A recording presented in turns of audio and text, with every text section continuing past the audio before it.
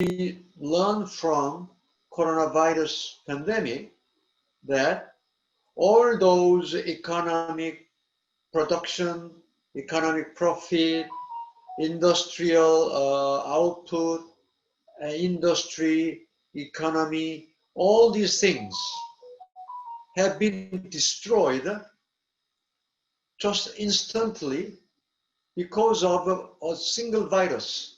Just a single virus can make all those economic production, money, and all those profit disappear overnight. Now we learn that what is more important? We have been forgetting that to respect the nature, the environment, and also respecting the people. And caring the nature, caring the people has been very important issue, but we have been forgetting about it because we all think making money is a lot more important than caring the nature and caring our neighbor and people. That's why we have been focusing on just economic production. But coronavirus has shown us if we don't respect the nature and if we don't respect our neighbor and the people, then we will have ecological crisis such as coronavirus pandemic. But coronavirus pandemic is just one example of of ecological crisis. As you know, there's a lot bigger crisis already coming to us, which is climate change. Compared to climate change, which is already very serious, and many people around the world is already suffering from climate change, especially people in Middle East and Central Asia, like Kazakhstan. The temperature, the climate has been getting more and more volatile, hotter and colder, and making the life in Central Asia, Middle East is getting more harder and harder. So, but later, if we don't stop climate change, then the life will be even more difficult within 10 or 20 years later, which is a very important issue for young people like you. When you are grown up by 2030, 2040, 2050, many people say that our temperature will shoot up 3 to 4 degrees more than now. If our temperature is hotter than now by 3 to 4 degrees, I think many people say we cannot survive. The human being cannot survive. So it is actually your problem, young generation's problem. So you have to think about it very seriously. So what I want to say this afternoon for you is that what is the most important thing? Is it just making money for a short-term profit and economic output, production, GDP, whether this is the ultimate goal of your life, or we have to think about more about environment and the people. I hear some noise. Can you switch off? Sorry. Can you switch off? I am hearing the noise. Yes, yes. No. And I mean, can you I mean, remove your microphone. Turn off your microphone. Пожалуйста, все, кто тут находится, можете выключить свои микрофоны и видео? Okay. Да. So, what I want to Sorry. emphasize, okay, what I want to emphasize, we have to move away from conventional development paradigm, which is focusing only about economic output, which is GDP. You know GDP, right? Gross domestic production, right? GDP. All government and our business and people, they are only talking about GDP as a goal of economic development. But GDP is not the ultimate goal.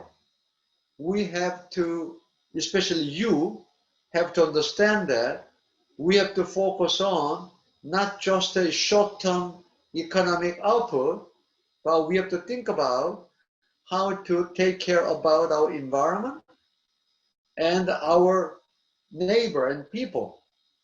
So we have to invest a lot more for basic healthcare, public health, medical system, hospitals, education, training. This is a lot more important than just a short-term economic output. But still, many government and business is only focusing on increasing GDP, which is a short-term output. We have to move away from GDP paradigm towards sustainable development paradigm. Sustainable development paradigm is about taking care of the nature and taking care of the people. We call it sustainable development goals. You can Google sustainable development goal.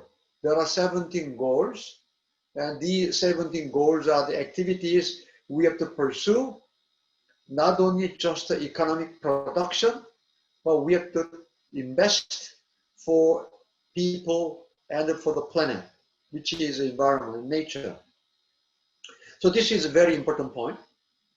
And secondly, so first point was you have to shift away from short-term economic production to long-term sustainable development goal. This is number one. Number two, why you have to do it? Yeah, it is for your own survival. Your own survival. If you don't do it, or if we don't do it, sooner or later, our survival, we might have another coronavirus pandemic. The pandemic will not stop with the coronavirus. If we destroy our nature, then this kind of pandemic will keep on coming again and again. So this is another danger. So moving away from GDP paradigm to sustainable development goal is not just for the nature or environment, but it is for the survival of your own life. So it's a matter of life and death for young generation like you. Then, third point, what you should do. What you should do. First of all, very importantly, we have to pay for the CO2 emission from fossil fuel consumption. We are burning fossil fuel, which is oil and gas and coal. And this fossil fuel is making climate change more and more worse. So we have to stop consumption of a fossil fuel. But that will not happen unless we charge a price on carbon emission. So this is a very difficult challenge. So we have to learn how to pay for the carbon emission you are making. we are living in a society where we are not paying the carbon emission we are making. That's why people are emitting CO2 emission without any kind of a limitation. They are just burning fossil fuel and producing CO2 emission. But we cannot do that anymore. We have to shift away from emitting CO2 carbon without any kind of a penalty or paying price, but we have to move to a world where we have to learn to pay for the CO2 emission you are making. This will be a very difficult challenge. And for you, young generation like you might already know that young girl from Sweden, the Greta Thunberg, she has been demonstrating to ask the government to stop climate change. So she is demonstrating. She refused to go to school. So the Friday for the future. So young student like you don't go to school on Friday to protest. But I would like to suggest just protesting is not enough. It doesn't make any change. Then what you do? I propose you start to pay for the carbon you are producing.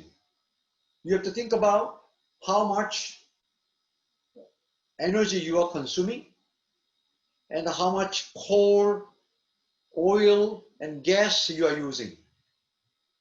And then you have to think about how you can pay for the carbon you are producing.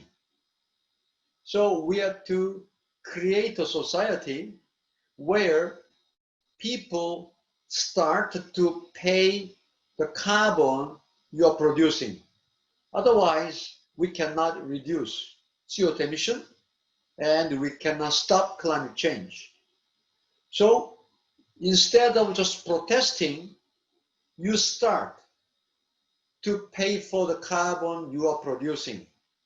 And also asking your parent, your father and mother, to pay for the carbon they are producing.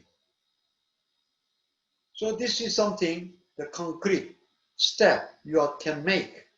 Then if you pay for the carbon, where the money goes, then that's why you have to make a system when people like you, young generation, pay for the carbon voluntarily. This is a voluntary system.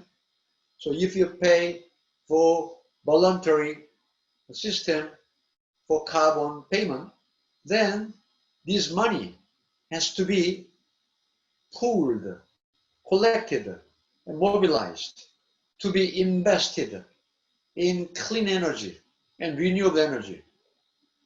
And this is the way you can increase the production of clean energy. Because we have to shift away from dirty energy to clean energy. But without paying the price of carbon, we cannot shift from dirty carbon energy to clean energy. So you can start how to pay for the carbon you are producing. I think you can think about how you can do it. You can come up with many ideas and how to pool the money paid for it and how you can use it. And one my interesting proposal is that voluntary carbon payment, right? I hope you understand what I'm saying. And this is kind of my proposal for you and also for Kazakhstan. I know that Kazakhstan has oil and gas and also coal as well, a lot of fossil fuel. So you can think that, oh, we have a lot of energy, why should we move to clean energy? Because we have already enough fossil fuel. But that is another danger and risk because people will say that, oh, we don't have to move to clean energy. Yeah, but if you do that, then you will fall behind falling back. You will fall back behind other countries that are moving towards a clean energy. Many countries are moving towards a clean energy, and they create a new product, new services, and they create a new blue ocean for investment. But if you are just staying with the fossil fuel, then no opportunity for investment can be created.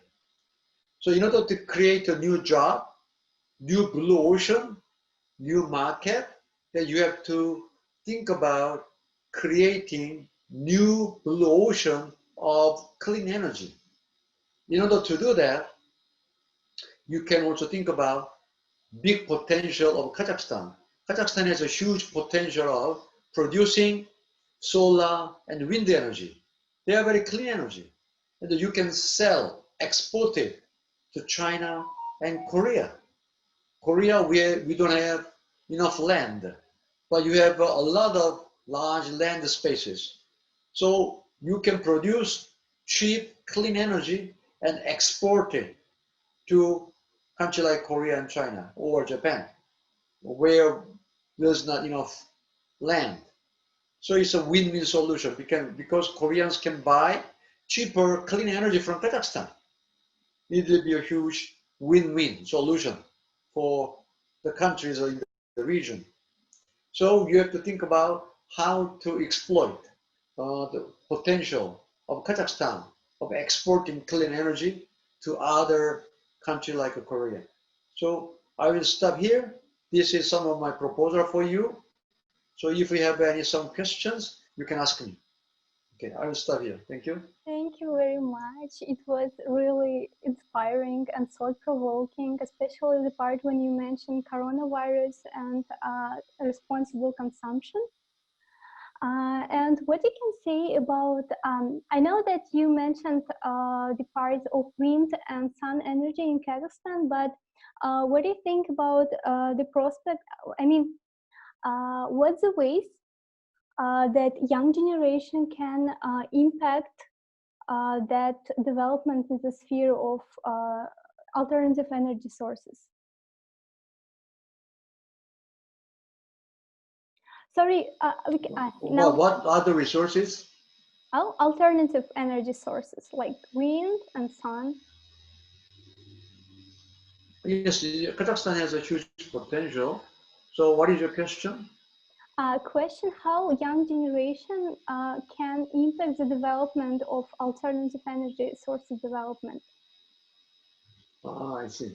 Yeah, that is what exactly I proposed to you. Yeah. You start a system of paying for the carbon. For example, I will tell you one example. In Germany, people voluntarily pay extra money for the speed train. You can buy a speed train ticket, for example, 50 euro. But it said if you want to travel with a clean energy, then you can pay for 10 extra euro.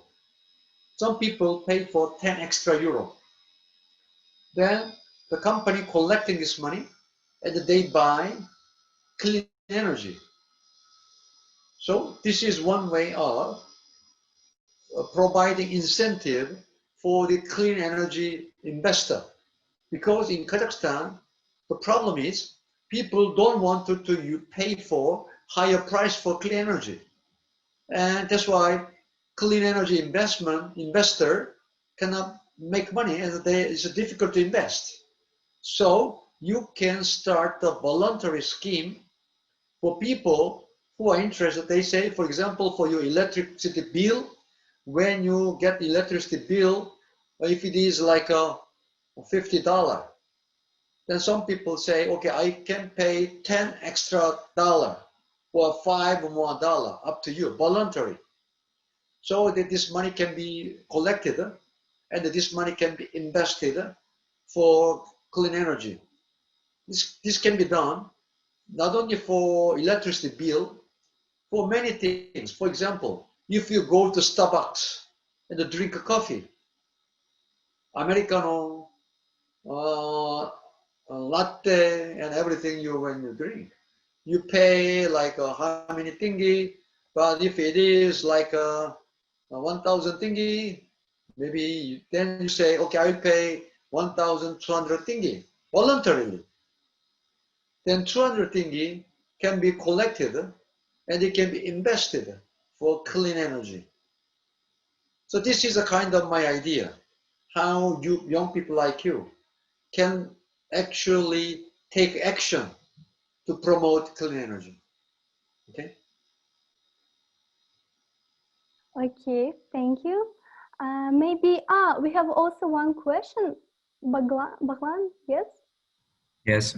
Hello, my name is Bakhtiar. I'm from Nur-Sultan. I'm 16 years old. So I have a question to you. Is 100% transition to renewable energy possible nowadays? And do you think, do we need it? Yeah. We can move to renewable energy 100%. It's completely possible. We have money, we have technology. Many people think, oh, we don't have money, we don't have technology for 100% renewable energy, right? Many people think like that. But if you think about Wall Street, if you think about Wall Street, there are trillions of dollars.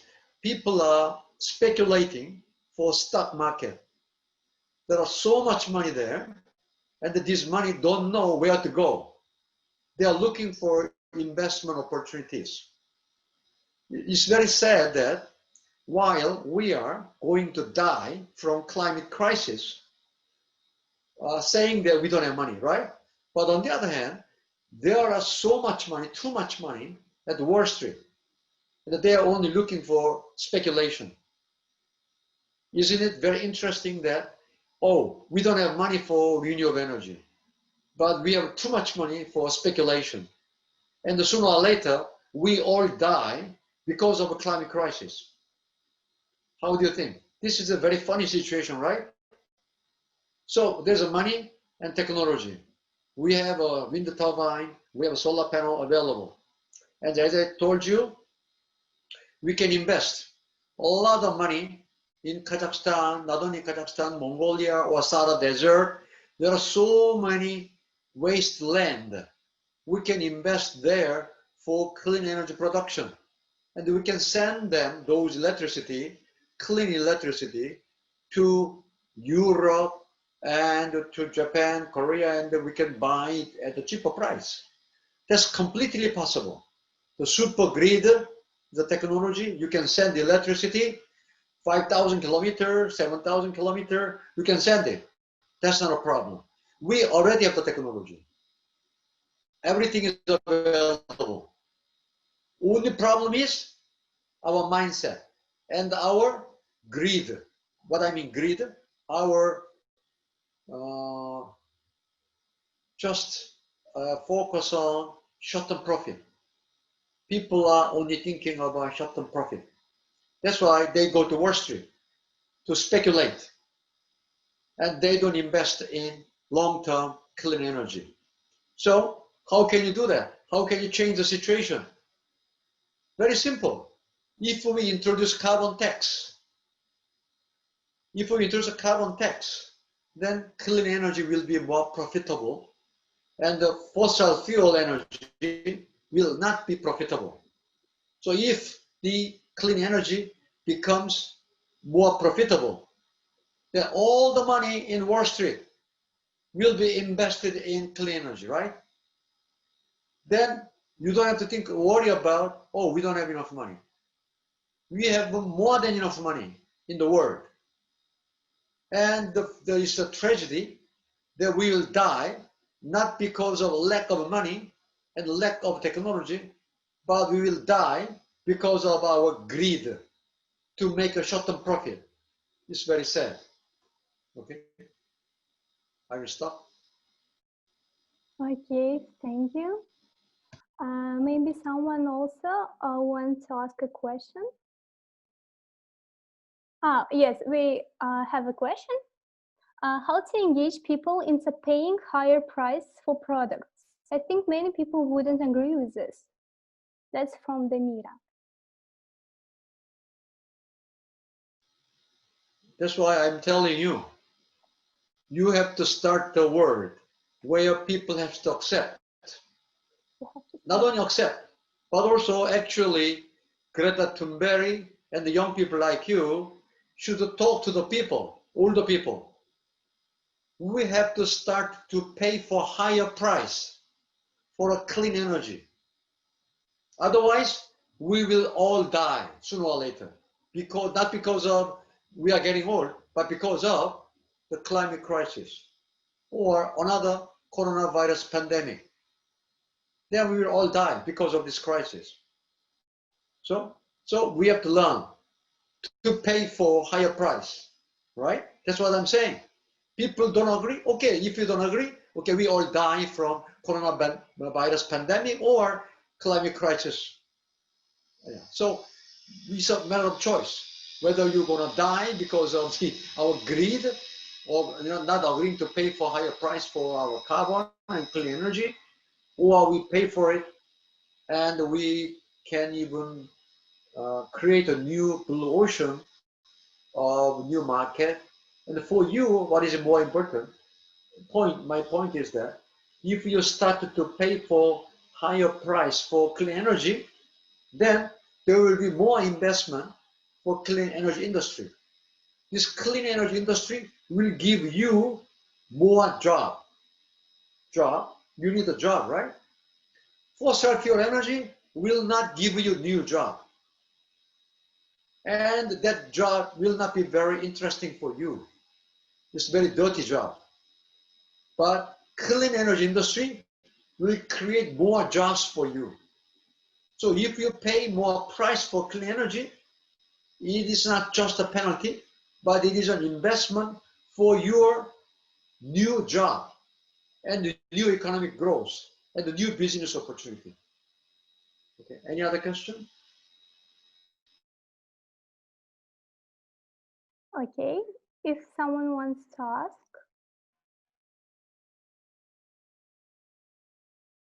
you can just turn on your microphone and say it, or write it in the chat. Okay, so thank you very much for your attention, and I hope you could think about what I'm saying. Sorry, can I ask one question? My name is Sitkar Mirzagalda, and I want to ask the question: how do you think how people can get rid of traditional views on different topics, like from the climate changing and other things about also education and. Your question is about how you can change the mindset of the people? Oh yes, like more rational, because for example Donald Trump didn't believe on the climate change and. Yeah. My idea has been always, I've been saying this from 2005, more than 15 years ago. Maybe at the time, maybe some of you might not born, 2005, I started the idea of a green growth, green economic growth, green growth. My idea was that if you pay for higher price for a clean energy, it will create more job and economic growth and even better clean world for your safe world for your future. So paying for higher price for your clean energy is not just a penalty, but it is an investment. So in the long run, it will be beneficial for you. So it is actually not just extra burden, extra cost for you, but in fact, it is a kind of investment for your own future. So we can tell this kind of story to the people. Then people will agree to pay for higher price for clean energy. I think this is my suggestion for you. Is it okay? Is this the kind of answer you asked? Did I answer your question? So I'm only about the mind of people, like about the traditional views on some topics, and mainly people can't got out from the comfortable zone, and that's why we didn't change and adapt to the news. And it's more about it. I don't get your point. So your point is, how can you make people to understand it? That's the question? No, like how to change like the mind of people to be more adaptive for the new change on the world. Oh yeah, Like yeah. That is a challenge. You know, people like you, young generation, you have to speak up. You have to speak up, and you have to talk to your parents and your older generation. That we have to change the way we live. You have to change your economy. You have to change your society because you cannot continue the way you have lived. But it will be quite difficult and challenging. I know. That's why you have to fight for it. People will not listen easily. People will not change their behavior overnight. It is always a difficult thing. It's not easy at all. So it is the mission. We all have to work together, and you have to raise your voice. That's why maybe you have to start to do your own activity, how to make people understand it. There's no answer. Everybody has to work for it. Okay? Thank Okay, you. thank okay, you, thanks. Chung. Yeah, it was Okay. really thought-provoking and inspiring, and I think that every person who was like with us is very grateful for that. Thank you. It was a great Okay. pleasure. Thank you for your Okay. time, Okay. for your perspective that Thank you you very shared much. with us. Yes. Okay. Okay. Bye bye. Bye. Goodbye. Thank you. Thank you. Thank Mr. you. Chung. Thank you. Goodbye. Thank you. Bye. Goodbye. Goodbye. Goodbye. Okay. Now, students, please don't leave the meeting because we are now headed to the second part of our webinar. I think we can make a 5-minute break, or if Jen is ready, and I guess no one will against the idea of proceeding to the second part, like straight ahead. So, yeah, Jen is here. Let me introduce you first.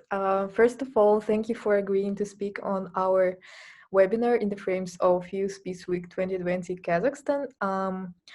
Jennifer is an executive director at Real Innovative Connections, where she designed programs to commemorate the history of Hawaii, peace education, and World War II. And she will share more information about it. So, Jen, the stage is yours. Great. Thank you very much. Do we need a 5-minute break? Or are we okay to start?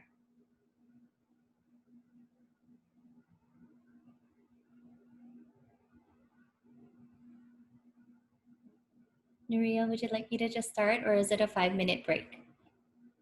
Vita Dikanova. No, you can start, I think. Yeah, I will ask one more time for the students to mute themselves. Пожалуйста, не включайте свои микрофоны, если вы не собираетесь задавать вопрос, а вопросы в конце секции. So yeah, thank you. Okay. All right. Thank you very much. Hello, everyone. I'm Jen, founder and executive director for Real Innovative Connections. It's truly an honor to be a part of such a heartwarming event. So thank you, Nuria, for inviting. I truly appreciate it. I've been in education for over 20 years as a classroom teacher, a curriculum specialist, and an education manager. Real Innovative Connections, like Nuria had shared, is designed as a nonprofit organization for personalized education programming, specifically in the history, peace education, character development, and leadership in the community as well too. So for today's presentation, I will take you on an educational reflection of peace and a little touch of Hawaii. and our culture here as well too. And I hope that someday, I know this mini trip, virtual mini trip will hopefully lead us to actually meet here on the islands as well too. So I'm going to share my screen.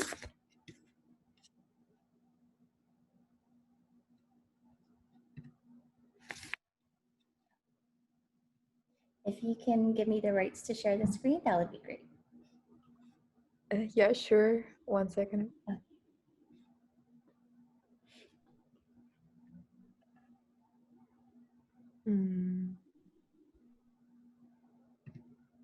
I will make you the host for the sharing your screen, okay?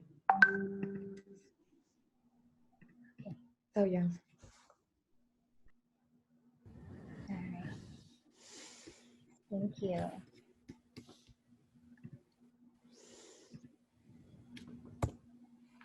All right, so our presentation will be focusing on the past and how it presents itself to the future, focusing on peace education. What I'll be focusing on, I've already shared what Real Innovative Connections is. We'll be touching on the past, the present, and how it lends itself into the future. And finally, education and you as well too, as our students and our future generation. So our first slide, the past presents its future. We're connecting our journeys towards peace. And there's 3 different components that we'll be talking about. Peace can be defined and interpreted in many different ways. As you can tell from your previous presentation as well too, that was also a different perspective. So when we look at peace and we think about peace, some of us may view peace as friendship, reconciliation, forgiveness, or even love, an initiative that we have to with our community. Peace can be derived from the end of a tragic situation or an event, or as a way of accepting and also of healing as well. When you look at peace, peace can also be derived from the past, which presents itself into the future. And the past holds our historical significance to current events and our present situations as well too. The lessons that we learn from the past can determine the choices that we make today, and together the past and the present event and experiences contributes to our future. My hopes is that this presentation will allow you to reflect and interpret peace in your own way, and that you can instill peace within yourself, your community, and with our world.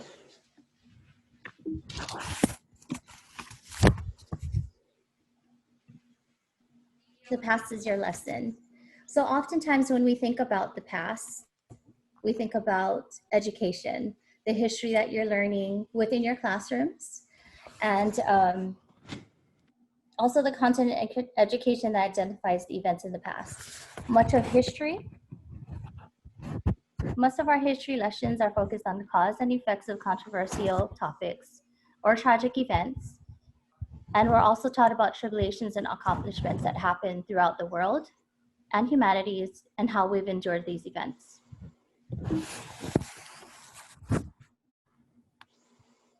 The past is also humanities, and that's where we come in, right? So the past takes part in defining who we are, where we have come from, and also our culture, our traditions, and stories that we have shared and passed down in order to continue our legacy.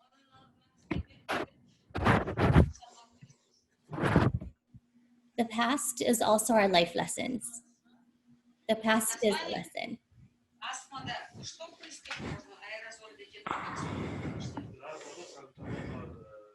The events in the past can be tragic or devastating. Events in the past can be ones that we continue to celebrate. And regardless of the event, there are lessons that we learn from these experiences, a lesson that leads us to understand the present.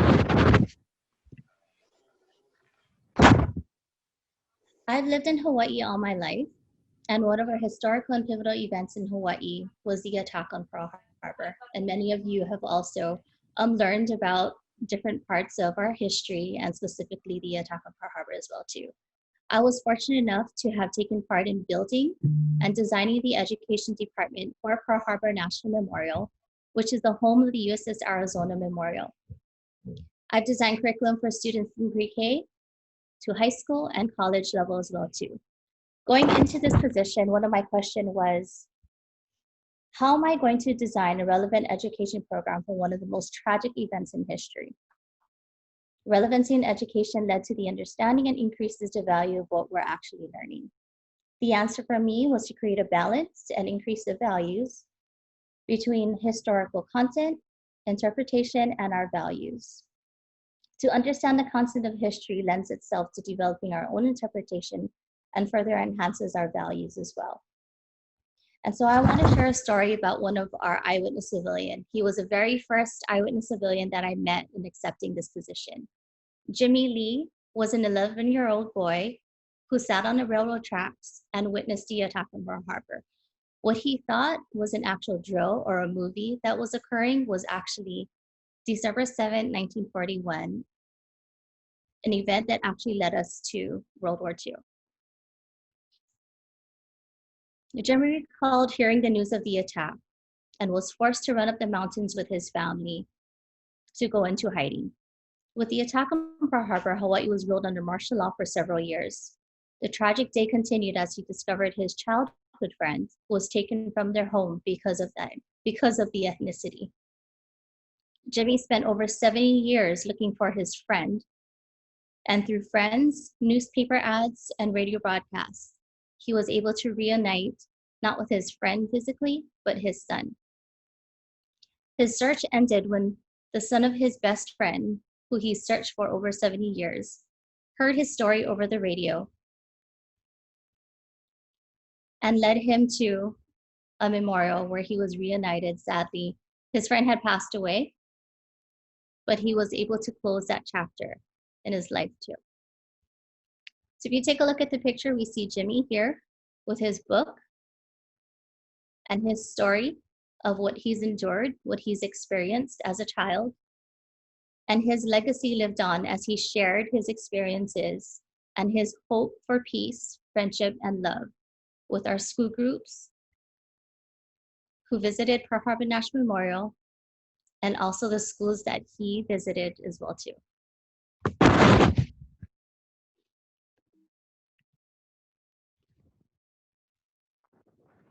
And this leads us to the present. The present is your gift. Together, we live in the present with confidence through education, the current events that occurs, and the choices that you make. Our values and belief take part in the gift, the present. As an educator, we create experiences that instill lifelong learning, experiences, and enhances your values as students. As students, you learn through lessons that from the past, you're able to connect what happens today as well.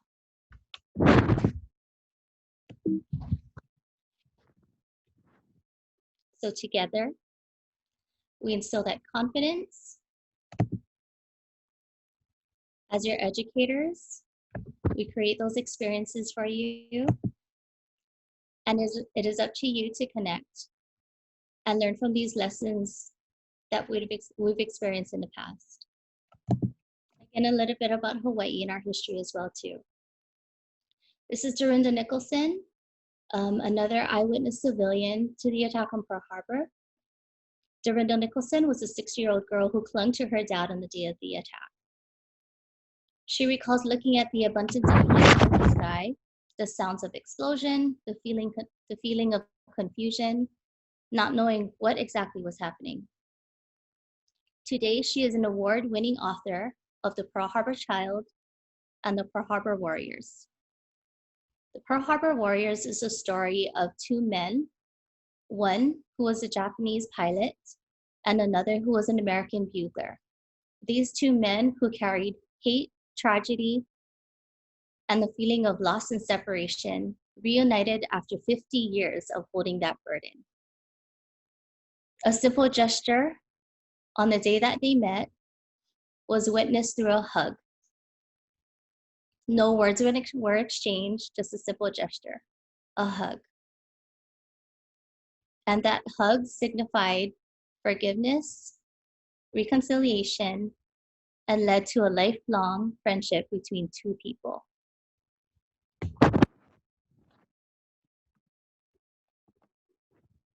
which now lends itself to the future. Your future is your motivation. We talked about the past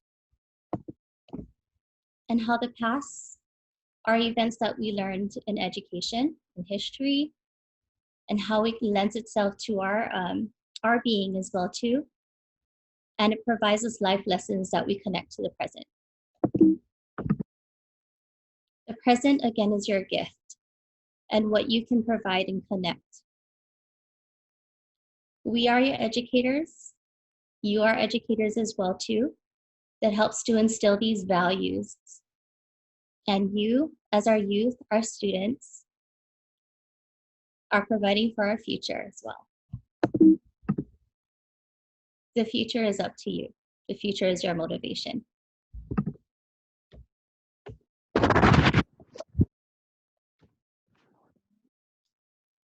So at this time, I'm going to take you on a little trip to Pearl Harbor National Museum, where you will see the harbor where the attack on Pearl Harbor occurred on December 7, 1941. The history of Pearl Harbor is one of many moments in history that we will remember. In a moment, you will see a video to the Pearl Harbor National Memorial. And as we enter the boat ride, you will see Pearl Harbor. Much like the video, it was a typical Sunday morning in Hawaii, sunny and warm. Battleship Row consists of American battleships lined up in the harbor, and some of the battleships were also moored in pairs in the harbor.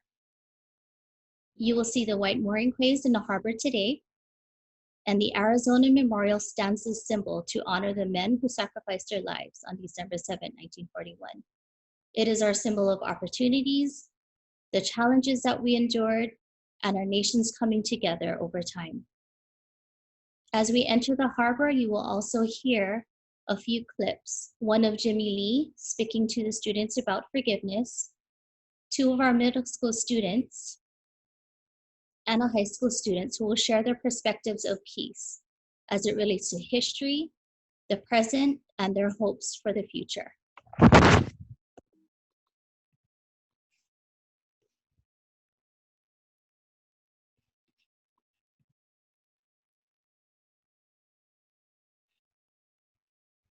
But what I want you folks to understand is that you cannot hate people, okay? You cannot hate people. You know, many times they go, oh, I hate one another, I hate this, I hate to do that, but really you cannot have that, especially other than people. You cannot hate them. Sometimes you have to forget and forgive. Okay?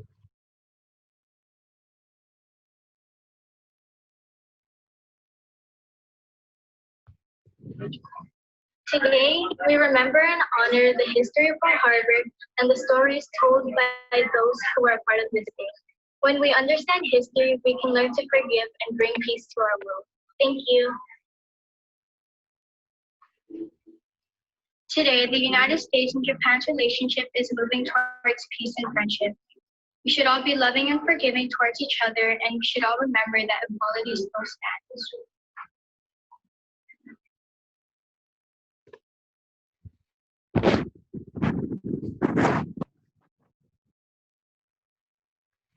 So when I look at the Pearl Harbor National Memorial, I think the primary thing that it brings to us as a community here in Hawaii is better awareness of the past, what has happened in the past, the significance of that. Because when you come here, this is not just any normal national park. You're not just looking at beautiful mountains. This has also historical significance. You come here and there's so many stories here to learn about Pearl Harbor surrounding. There's so many sacrifices that were made, so many histories that we can learn from, that we can grow wiser from in our lives today. And this, I think, is what it brings to the community. It brings us a greater awareness of the important things that went on in the past that we must not forget, even as the generations grow more and more distant from it. Because those lessons, even as they grow older, do not lose their significance. We must still come here and remember them. That is what this memorial brings for the community, I think. This is the most important thing that it brings for us, this connection to the past, these lessons that we must carry with us into the future, even as we move forward through time, because they never lose their importance.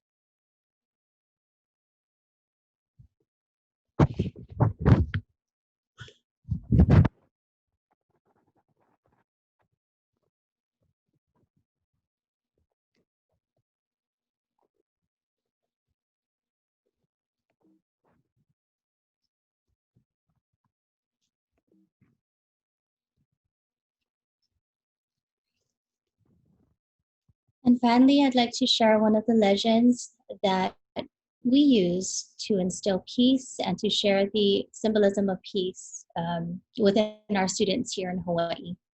It's the story of the naupaka. The story of the naupaka came from a flower found several places in our island. We find some in the mountains. We also find some flowers at the ocean and our shore side as well too. As you can see, it's not a complete flower. It looks like half of a flower as well. So I'll be sharing many of the versions of the story of naupaka. This is just one version that we share with our students. So the legend of the naupaka is about a beautiful princess whose name was Naupaka. Princess Naupaka lived high in the mountains, and one day she came down to walk along the beach. There she met Kau'i, a handsome fisherman. As he threw the fish net into the ocean, he caught sight of Princess Naupaka. When their eyes met, they knew that it was love at first sight. Although they longed to be together, they knew their love could never be. She was a princess and he was a common fisherman. Despite their differences, they wanted to find a way to be together. Princess Naupaka seek the advice of the kupuna, or a wise elder, and beg for her blessings to marry Kau'i. The kupuna unfortunately said no, and that this was forbidden. The kupuna recommended the princess seek the blessings of a high priest, or a kahuna, a wise and powerful person. Again, he refused to marry both Princess Naupaka and Kau'i, and recommended that they seek the higher gods. The final plea for the two lovers reached the heavens, and the fierce rain fell, lightning struck and the thunders rumbled, and they knew that they could not go on. Princess Naupaka pulled a flower from her hair and said, "I must return to the mountains and you must return to the ocean. Our love will never be. Let this flower remind us and everyone of our love." She tore the flower in half and gave one to Kau'i, and she kept the other half. When the two halves are once again brought together as a whole, it'll symbolize our union. Till this day, the naupaka flower only blooms by half, one in the mountains and the other in the ocean. So here you see the half of the naupaka, which is found in the mountain, and the other is quite different, but also half, and that signifies the ocean. Together, they make a whole flower.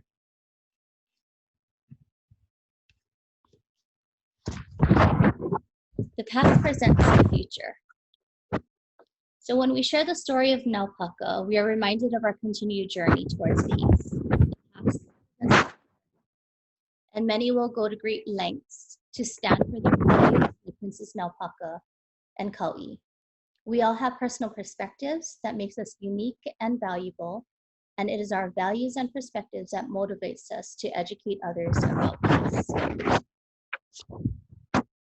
We are part of a bigger picture.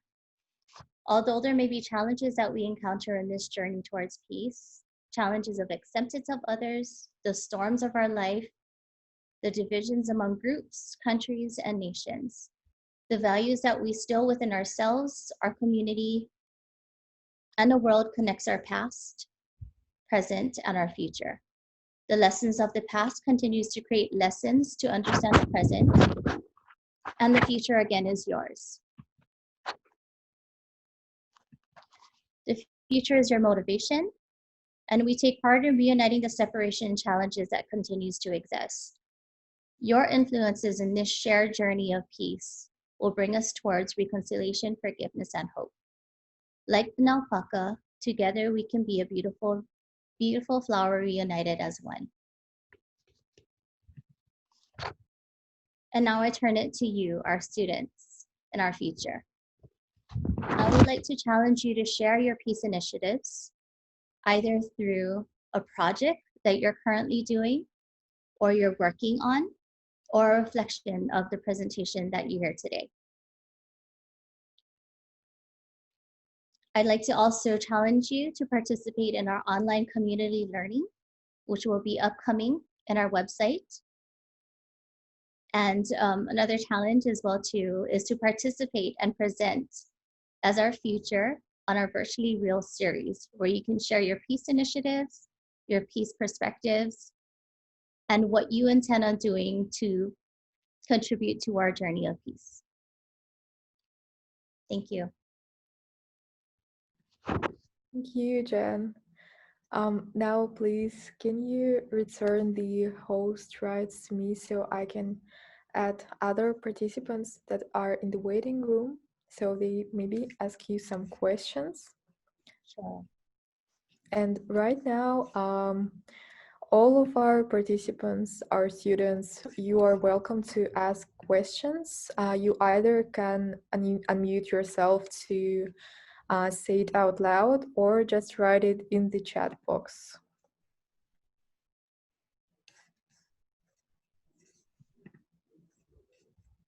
I have a question. From the promotion of the webinar, I noticed that you're writing a book, and I was going to ask when the book will be released and what is the book about? So the book that we have is on culture and diversity and peace. And so that book, we're hoping that it will be released, our first copy will be released by the end of this year. Thank you. Thank you. I'll keep you updated. Oh, cool. Thanks.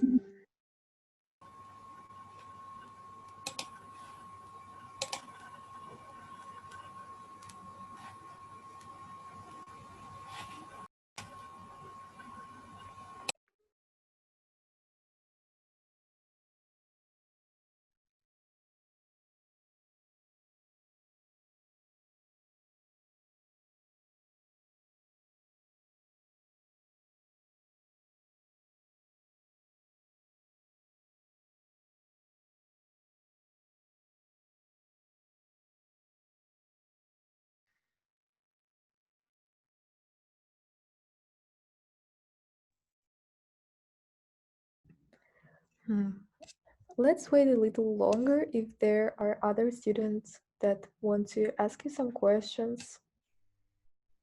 If not, we can finish a bit earlier than we planned. I guess it's okay. So, is there anyone who is willing to ask some questions to Jen?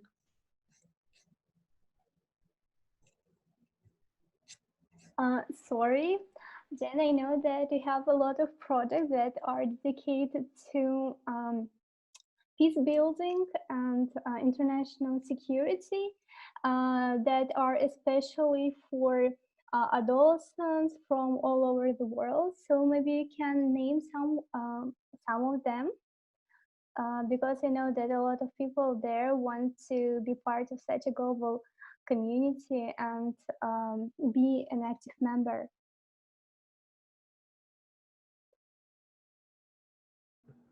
Okay, sure.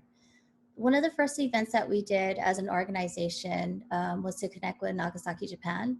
And with that, we talked about our history. Specifically, I like how I had shared the history of Pearl Harbor. So we started with the start of war, the ending of war, and our journey towards peace as well too, between two nations. And so with that, after we did a presentation as educators, we had our student panel from both countries, from the US as well as from Japan, Nagasaki, Japan, engage in peace education discussions.